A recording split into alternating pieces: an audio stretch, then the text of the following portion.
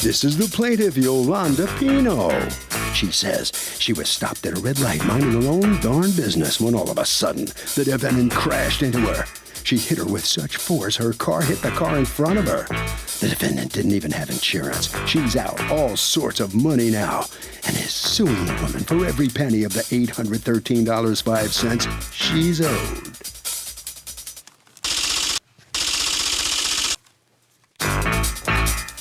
This is the defendant, Helene Williams.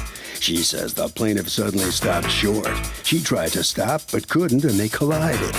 They both got out of their cars and lo and behold, there was no damage.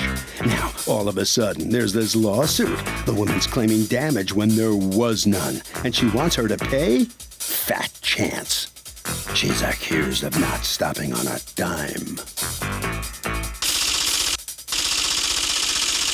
You, Douglas. You're welcome. Okay, Yolanda Pino. Yes. You are suing Helene Williams and Barbara Gregg Williams. That's whom? My grandmother. Okay, and she is co-owner of the car, or you were driving? She sold me the car. Okay, gotcha. For $813.05 in damages that you sustained as a result of a car accident you say was her fault. Tell me what happened. Yes. Actually, on the day of July 31st, I was coming through a red light from Parkway Avenue to Olden Avenue, and the traffic in front of me had stopped. And so I stopped and I was waiting there, and it was about a minute or so. I was sitting there. Pardon me? A whole minute that the car... I was sitting there waiting for the traffic to go. In the middle of the street? Yes. A whole minute. A minute's a long time. Yeah, I know. Well, it was at least some time. I know that. I was sitting there. But a minute's like a really long... Like if I Okay. stopped talking for a minute now, it would seem interminable. Yes. Okay, go ahead. Even if it was 30 seconds, I had stopped for a while. I was sitting there. And then all of a sudden, I felt this hit from the rear end. And I was so afraid because the car my car started pushing forward. And I felt like I was going to be, squashed between two cars. I was so frightened.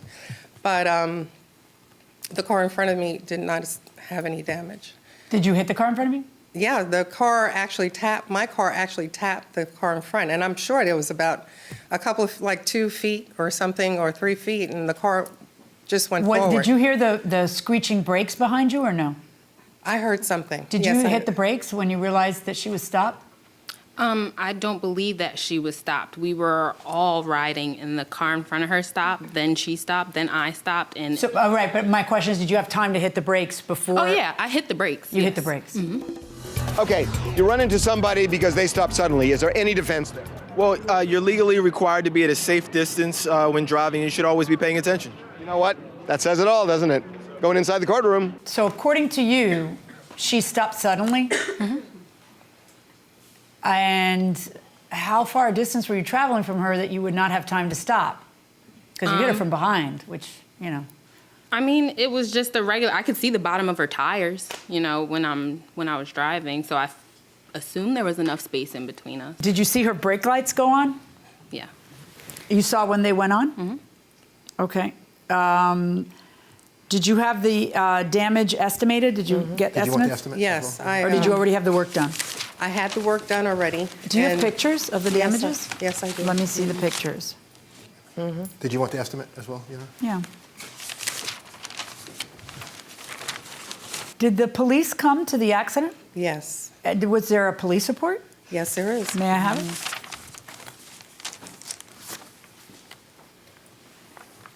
Why doesn't the police officer say what you said?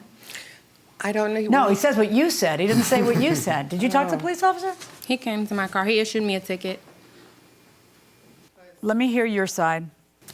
Like I said, she stopped short because of the car in front of her. The police came, she got out, clearly with an attitude, and was saying how she was on her way to the chiropractor. So I'm being sued for doctor bills as well, I think.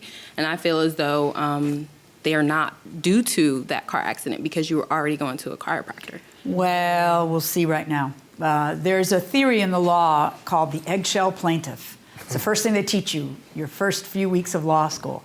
And what it means is you take your plaintiff as you find him. So if you have the misfortune of hitting somebody with a bad back and their back gets worse, you're paying for that therapy because it's not, if the accident's your fault. Right. Just kind of, too bad, so sad. That's the person you hit. So tell me about the accident. That was it. I mean, she stopped short because of the person in front of her. The police came. He asked me, is everything Did you okay? actually see the person in front of her stopping, or not really? No, I right. didn't see the person in front of her. Then, so did you get out of the car and assess the damage? I looked at her car. There was nothing wrong with it. The police asked, is everybody okay? Is everybody fine? And okay, but I'm looking at the pictures of her car, and there's something wrong with it. I mean, it's kind of, what happens. Did your bumper get disconnected? The whole bumper was pushed forward, and I thought maybe they could just put it in place, but they had to replace it. When you say push forward, the integrity of the bumper it was separated. It's separated, and it was so I pushed understand what you're forward. saying, because you're expecting to see an indentation Correct, of your yes. car, but I do see in the pictures that the bumper's separated. Okay. So where did you take it? I took it to the body shop, which was recommended by the insurance company. Right. They are the ones who asked me to take it there. And actually, your insurance company paid for the damages. Yes, everything. They paid. So what you're suing for is your $500 insurance deductible, Right. your rental car bill Well, actually, that's just a part of my rental car, that that they wasn't didn't covered. cover. You just don't want to be out of pocket. Technically, she could sue you for the whole thing and then reimburse her insurance company, make sure her insurance rates don't go up.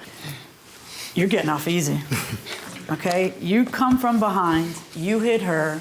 What possible defense could you see to any of this? I find in favor of the plaintiff in the amount of the $813.05, and I feel the need to warn you, it's still a possibility that her insurance company may come after you. Are you insured? Now I am, yeah. Oh, now you are. Were you insured at the time of the accident? Mm-mm. Yeah, the future is not bright for you when it comes to this little accident, because they may go after you. Maybe they just say it's not enough to bother with lawyers.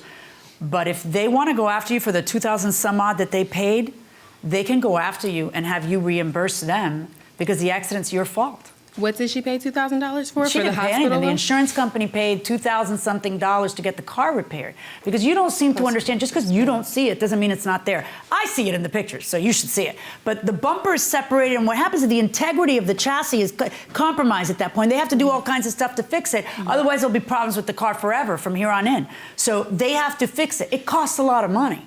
Okay? And they might go after you for that. They might not. They may say, I don't want to have to pay a lawyer to just collect $2,000, but keep your eyes open and check your mail.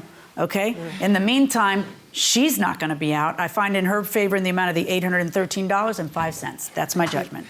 Thank you.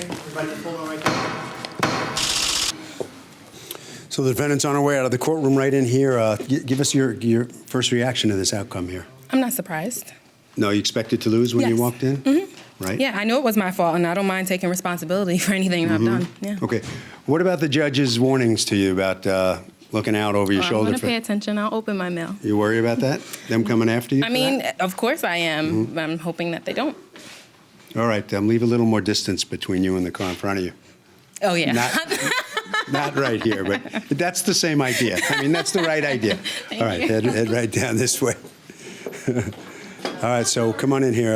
You satisfied how this comes out? Yes, I'm very satisfied. Or is your back all right? Everything all right? Yes, thank you. It is better. I continue with the therapy, and so I'm doing great. Thank you.